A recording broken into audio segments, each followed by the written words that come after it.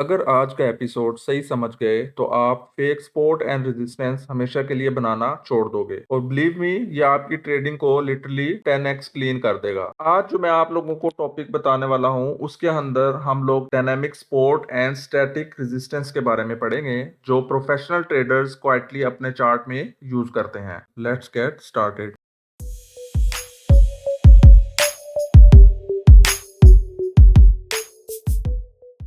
First of all हम यहाँ पर बेसिक से स्टार्ट करते हैं। हमारे पास प्राइस जो है कुछ इस तरह से मूव कर रही है। यहाँ पर मैंने एक प्राइस रेंज बना दी है, तो मैं आप लोगों के साथ इसको फर्स्ट ऑफ ऑल लाइन के थ्रू ड्रॉ करता हूँ। ये हमारे पास जो है एक सपोर्ट जोन बन रहा है और इसी तरह जो है अपर साइड पर अगर हम लोग चेक करें तो हमारे पास जो है ये एक रेजिस्टेंस जोन बन रहा है। लेकिन यहाँ पर अगर हम लोग देखें तो हमारे पास प्राइस जो है सपोर्ट जोन से भी डाउन साइड पर आई है और फिर अप गई है, और इसी तरह रेजिस्टेंस में भी अगर हम लोग चेक करें तो हमारे पास जो प्राइस है अप साइड पर निकली है और उसके बाद अगेन हमारे पास जो है उसी रेंज के अंदर आ गई है। तो इस चीज से बचने के लिए हम लोगों ने क्या करना होगा, यहाँ पर जो है support zone and resistance zone draw करना होगा। तो आप लोगों ने क्या करना है, रेक्टेंगल ले लेना है। यहाँ पे रेक्टेंगल लेने के बाद जो है कुछ इस तरह से आप लोगों ने क्या करना है, support zone and resistance zone को ड्रॉ कर लेना है। तो ये तो हमारे पास जो है static support and static resistance बन चुकी है। यानी कि स्टैटिक का मतलब होता है कि हमारे पास सपोर्ट भी फिक्स है और रेजिस्टेंस भी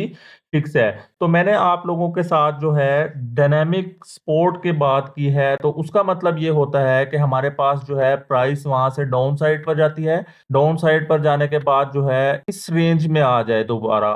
ठीक है, तो ये हमारे पास क्या होगा कि ये हमारे पास एक डायनामिक सपोर्ट बन जाएगी और हमारे पास जो स्टैटिक रेजिस्टेंस होती है वो हमारे पास क्या होती है, फिक्स होती है। एक चीज का आप लोगों ने माइंड में रखना है कि हमारे पास सपोर्ट एंड रेजिस्टेंस के लिए एटलीस्ट 2 टैप्स होने चाहिए। तो ये हमारी एक बेसिक कंडीशन है जो मैंने फर्स्ट लेक्चर में भी आप लोगों को बताई है। अगर वो लेक्चर देखना चाहें तो उसका लिंक मैंने आई बटन में लगा दिया है, वो भी आप लोग देख सकते हैं। अब हम डायरेक्ट इसकी एग्जांपल पर चलते हैं। फर्स्ट ऑफ ऑल हमने यहाँ पर प्राइस मूवमेंट को चेक करना है, तो आप लोग यहाँ पर देख सकते हैं कि हमारे पास जो है प्राइस कुछ इस तरह से मूव होती दिखाई दे रही है। तो यहाँ पर अगर हम लोग देखें तो हमारे पास जो लास्ट टैब लगा है प्राइस का वो मैं यहाँ पर मेंशन कर देता हूँ लाइन के थ्रू, तो वो हमारे पास जो है ये वाला बनता दिखाई दे रहा है। इसके साथ साथ अगर हम लोग यहाँ पर डाउन साइड की भी बात करें तो वो भी मैं यहाँ पर आप लोगों के साथ मेंशन कर देता हूँ। तो अगर यहाँ पर अपर साइड पर देखें तो हमारे पास जो है एक लेवल मैंने आप लोगों के साथ शेयर कर दिया, और अगर डाउन साइड पे हम लास्ट प्राइस देखें तो ये जो है हमारे पास डाउन साइड पर बनती दिखाई दे रही है। तो मैं यहाँ पर इसको लाइंस के through first of all support and resistance बना देता हूँ, ताकि नेक्स्ट में हमारे पास क्लियर हो कि हमने जोन किस तरह से ड्रा करना है। फर्दर अब हम लोग यहाँ पर प्राइस मूवमेंट देखते हैं। अब अगर हम यहाँ पर देखें तो हमारे पास जो प्राइस है वो यहाँ पर टैप होने के बाद जो है अप साइड पे यहाँ पे जाती है, अगेन यहाँ पर हमारे पास प्राइस टैप करती है, और टैप करने के बाद आप लोग देख सकते हैं कि ये इस लाइन से जो है डाउन साइड पर आ जाती है। मैंने आप लोगों को कंडीशन बताई है कि एटलीस्ट सपोर्ट पर और रेजिस्टेंस पर हमारे पास 2 टैप्स होने चाहिए जहां से हमें रिएक्शन मिले। तो यहाँ पर जो है डाउन साइड पर ये हमारे पास 2 टैप्स मिल चुके हैं। अब हम क्या करते हैं, अब हम यहाँ पर रेजिस्टेंस और सपोर्ट जोन को इन्हीं लाइंस के थ्रू ड्रा करते हैं। तो यहाँ पर अगर हम लोग चेक करें तो हमारे पास जो स्पॉट बन रही है वो ऑलमोस्ट उसी लेवल से लेकर हमने क्या करना है, डाउन साइड तक ले लेना है इस तरह से।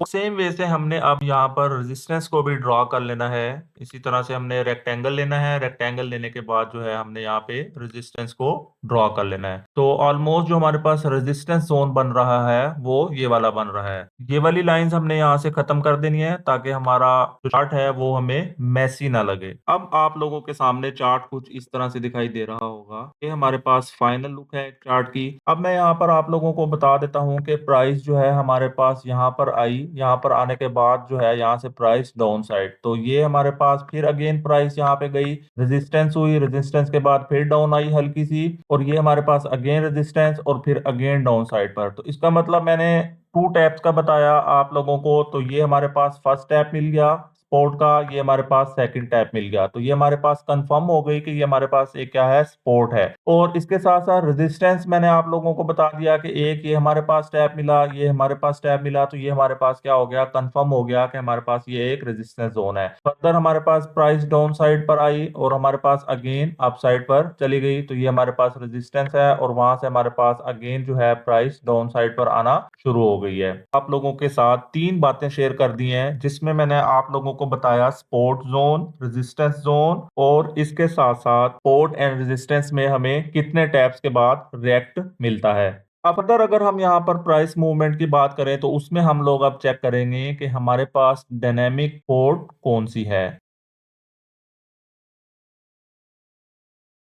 अब जो हमारे पास प्रीवियस सपोर्ट है, वो यहाँ पर आप लोग देख सकते हैं कि वो हमारे पास यहाँ से ब्रेक हो चुकी है, यानी कि कैंडल क्लोजिंग हमारे पास उस सपोर्ट से डाउन साइड पर आ चुकी है।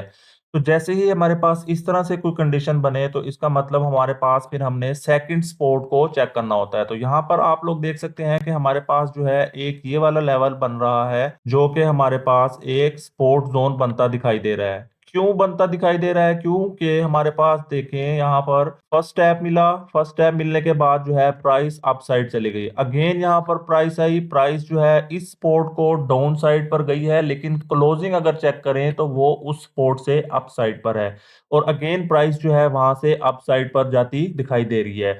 तो इसका मतलब क्या हुआ कि ये जो हमारे पास लेवल बनेगा, ये हमारे पास डायनामिक सपोर्ट बनेगा। यानी हमारे पास जो प्रीवियस सपोर्ट थी वो ब्रेक होने के बाद फर्दर हमारे पास डाउन साइड पर सपोर्ट बनना स्टार्ट हो गई है।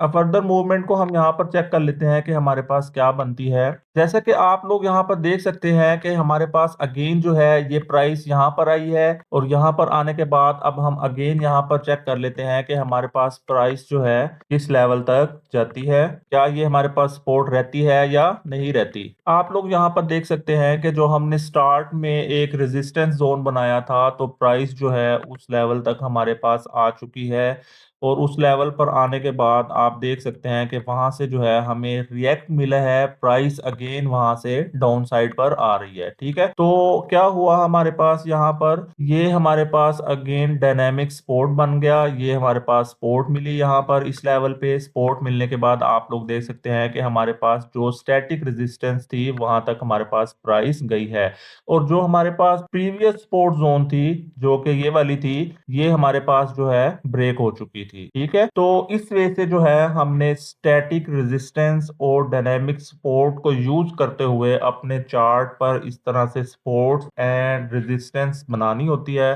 ताकि हम क्लियरली अपने चार्ट को फॉलो कर सकें और अपने ट्रेडिंग स्ट्रेटेजी को इंक्रीज कर सकें। तो गाइस, ये एक सपोर्ट एंड रेजिस्टेंस का सीक्रेट था जो मैंने आज वाली वीडियो में आप लोगों के साथ शेयर कर दिया है और प्रोफेशनल ट्रेडर्स 100% इस मेथड को यूज करते हैं। और नेक्स्ट वीडियो के अंदर मैं आप लोगों के साथ सपोर्ट एंड रेजिस्टेंस कब ब्रेक करता है उससे रिलेटेड वीडियो शेयर करूंगा। तब तक के लिए अपना ख्याल रखिएगा। अल्लाह हाफिज।